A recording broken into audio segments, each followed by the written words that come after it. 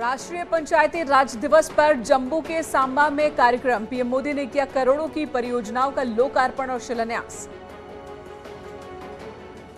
370 हटने के बाद प्रधानमंत्री पहले जम्मू कश्मीर दौरे पर पहुंचे। पीएम मोदी ने कहा, जम्मू कश्मीर में विकास की ताकत का बड़ा दिन। पीएम मोदी ने कहा, जम्मू कश्मीर के नौजवानों को रोजगार मिला। जम्मू कश्मीर के विकास के लिए तेजी से काम हुए। पीएम ने 88वीं बार मन की बात की। शाम को ग्रहण करेंगे लता दीनानाथ मंगेशकर सम्मान। पीएम मोदी ने कहा, नए विषयों, नए उदाहरणों के साथ नए संदेशों को बटोरते हुए मन की बात करने आया हूं। पीएम ने पूछे म्यूजियम से जुड़े 7 सवाल। 2 बहनों की कैशलेस आउट की कहानी सुनाई। पीएम मोदी ने की डिजिटल पेमेंट को बढ़ावा देने की अपील। मन की बात में कहा, टेक्नोलॉजी ने बदली जिंदगी। गांव, छोटे शहरों में लोग कर रहे हैं डिजिटल पेमेंट।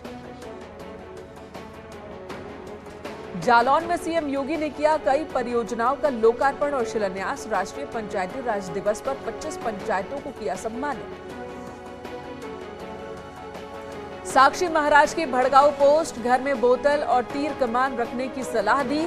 अचानक भीड़ आए तो उपाय होना चाहिए, पुलिस बचाने नहीं आएगी। आजम खान से नहीं मिल पाए एसपी विधायक रविदास मेहरोत्रा। कहा, तबीयत ठीक न होने की वजह से नहीं हो पाई मुलाकात। आजम की हत्या की जताई आशंका।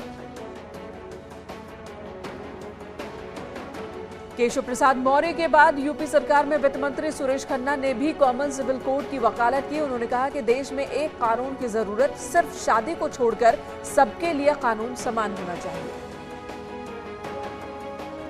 पीएम मोदी ने ट्वीट कर देशवासियों को पंचायती राज दिवस की शुभकामनाएं दी। पीएम ने लिखा, आत्मनिर्भर भारत के निर्माण में अपनी पंचायतों को और अधिक सशक्त करने का संकल्प लें। पीएम योगी ने ट्वीट कर सभी को राष्ट्रीय पंचायती राज दिवस की बधाई दी। उन्होंने लिखा, पंचायतों को सशक्त और सहभागी बनाकर लोकतंत्र को समृद्ध करें। केंद्रीय गृह मंत्री अमित शाह ने भी ट्वीट कर राष्ट्रीय पंचायती राज दिवस की बधाई दी। उन्होंने लिखा, एक मजबूत लोकतंत्र के लिए सशक्त व आधुनिक पंचायतें जरूरी हैं। प्रयागराज में एक ही परिवार के 5 लोगों की हत्या के मामले में 5 की पोस्टमार्टम रिपोर्ट सामने आई। रिपोर्ट के मुताबिक सिर पर चोट लगने से हुई थी मौत। पोस्टमार्टम रिपोर्ट में रेप की पुष्टि नहीं हुई। इसकी जांच के लिए भेजे गए सैंपल। मामले में 12 संदिग्धों से पूछताछ जारी। प्रयागराज हत्याकांड पर सियासत तेज। आज एसपी और तृणमूल कांग्रेस के नेता करेंगे पीड़ित परिवार से मुलाकात। कल शिवपाल यादव ने पीड़ित परिवार से मुलाकात की थी। हापुड़ में बीजेपी के मुस्लिम नेता के साथ मारपीट। अमजद सैफी ने पुलिस से लगाई गुहार। कहा, नहीं मिली मदद तो करेंगे पलायन। अयोध्या में हनुमानगढ़ी के सामने एक दुकान में मिला लावारिस बैग। किसी ने दुकान पर प्रसाद लेकर रखा था बैग। दुकान मालिक ने घंटों इंतजार के बाद पुलिस को जानकारी दी। आगरा के खैरागढ़ इलाके में कनेक्शन काटने गई बिजली विभाग की टीम पर हमला। 4 लोग घायल। पीआरडी जवान और एक कर्मचारी को अस्पताल में भर्ती कराया गया। कई घरों पर बकाया था बिजली का बिल। यूपी में ऑपरेशन लंगड़ा जारी। रामपुर में एनकाउंटर में घायल हुआ 50,000 का इनामी बदमाश बबलू पुलिस के सामने मांगने लगा माफी। हरदोई में कानून तोड़ने वालों के खिलाफ सख्ती। आबकारी राज्य मंत्री नितिन अग्रवाल का बयान। अखिलेश यादव को बताया ट्विटर नेता। कहा, उन्हें जमीनी हकीकत नहीं दिखती। कानपुर में बार एसोसिएशन चुनाव को लेकर कमिश्नरेट पुलिस ने पूरी तैयारी की। 26 अप्रैल को डीएवी कॉलेज में होंगे मतदान। फतेहपुर में न्यूज 18 की खबर का बड़ा असर। हिंदू लड़की का अपहरण कर धर्मांतरण और निकाह के लिए दबाव बनाने के मामले में पुलिस ने 2 आरोपियों को किया गिरफ्तार। पुलिस वेरिफिकेशन शुरू होते ही नैनीताल से कई टैक्सी वाले और गाइड हुए गायब। अब तक बिना दस्तावेजों के रहने का आरोप। राज्य भर में अब तक 450 से ज्यादा संदिग्ध पकड़े गए। उत्तराखंड में विकराल हुई जंगलों की आग। शनिवार को गढ़वाल कुमाऊं में 55 जगह धधकते रहे जंगल। आग से अभी तक 1500 हेक्टेयर से ज्यादा एरिया में जंगलों को नुकसान। एटा में तेज रफ्तार कार बेकाबू होकर पलट गई। हादसे में कार में बैठी 2 महिलाओं की दर्दनाक मौत।